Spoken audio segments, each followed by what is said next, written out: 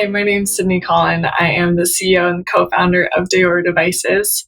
I am also the inventor of NexStride. So I actually have a background in computational neuroscience. I've always been a huge brain nerd, and that's one of the reasons I was so fascinated by the symptom of Parkinson's called freezing of gait. So for anybody who doesn't know, freezing of gait is one of the most common symptoms of Parkinson's disease. It's also one of the most debilitating. It's medically defined as a sudden onset of immobility, but people will describe it as feeling like their feet are glued to the floor or stuck in a box of cement. What's happening in the brain is that there's a signal that's being sent, and that signal somewhere gets lost and doesn't actually get to the motor neurons that are activating your muscles.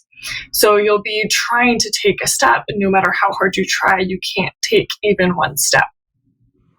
You can imagine how incredibly frustrating that can be. It's also a leading cause of falls for people with Parkinson's. So it has a huge impact on quality of life, something that we really need to address.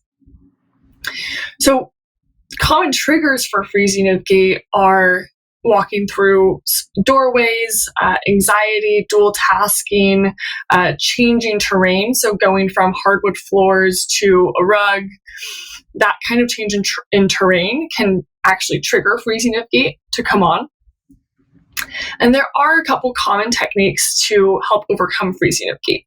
So the number one thing I would say is go to your physical therapist and talk to them. And at your physical therapy office, there are some techniques that they can teach you to help overcome freezing of gait. Those include internal and external cueing.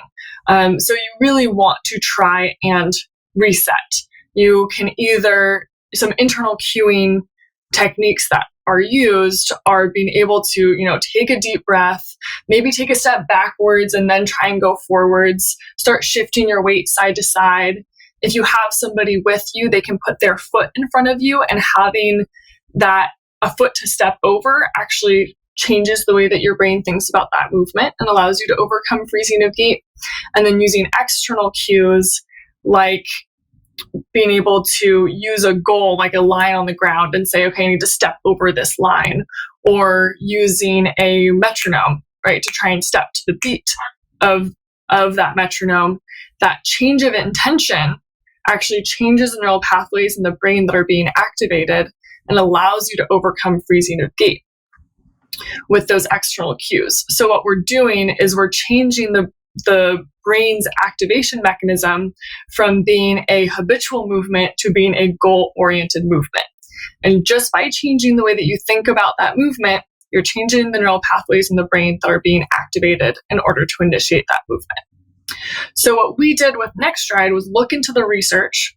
There's over 75 peer-reviewed articles that have been published showing the efficacy of visual and auditory cues. We found the most effective visual and auditory cues from research and combined them into a simple portable device that can attach onto any cane, walker, or walking pole so that somebody can easily integrate those cues and that research into their lives to be able to overcome freezing of gait. So again, we have a visual cue and we have an auditory cue. And just by using those cues, you change the way that your brain activates the movement, you're able to overcome freezing of gait. These cues have been shown to be effective in decreasing the duration of freezing, the frequency of freezing, and even decreasing the percentage of falls that you experience due to freezing. So what's so important to me, and the reason that I created the NexStride, the reason that I'm running this company and trying to get NexStride out to the people who need it, is because exercise is so important. It's the only thing that has been shown to slow the progression of Parkinson's disease. So any tools that we can build to help keep people up and moving and staying independent longer is absolutely worth the time and the impact that it'll have on people. So with that, thank you for listening and letting me introduce myself. I would like to share some of the people with Parkinson's that have used the NexStride, have them share some of their experiences with you as well. I would describe living with Parkinson's as a big challenge, sometimes grueling. It's a very humbling disease. I mean, you're humbled because you got your own independence. All of a sudden, you don't have it anymore. You want to take a step and you can't. I see Barbara struggle most with the freezing. Freezing of gait is the inability to initiate stepping. It can be a feeling of your feet being glued to the floor or stuck in concrete. My fear of freezing of gait causes me to over-restrict pleasures I can get out of the day and going places.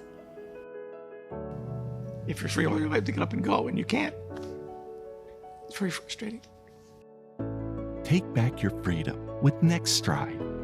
Attach NexStride to your cane, walker, or walking poles and place 2 cues for overcoming freeze at your fingertips. NexStride features an audio cue metronome with adjustable volume and tempo controls and a visual cue laser light with dual-axis adjustable positioning to help you keep moving. With NexStride at your side, you're ready to take the next step. The first time I used NexStride, it was amazing because the laser light went on and it was like a go signal. I just stepped over it. And it was amazing. I could take 4 or 5 steps, no problem. With NexStride, I like its versatility for me. I'll either use the one sound for the visual cue or maybe both together. NexStride is nice in that it's easily accessible, easy for them to turn on and off.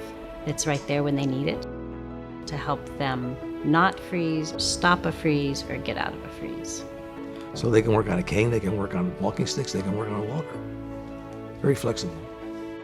NexStride can give people back their mobility in their life, essentially, and keep them active, which is a key part of managing their symptoms of Parkinson's, is to stay as active as possible, as safely as possible.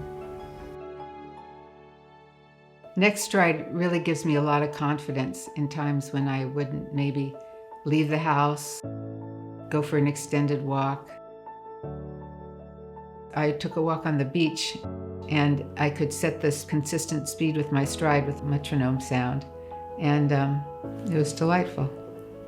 To go out to eat, to get out into nature, to just engage with the world is a little easier now. Your independence is back. It's key. A little bit back, but it's back.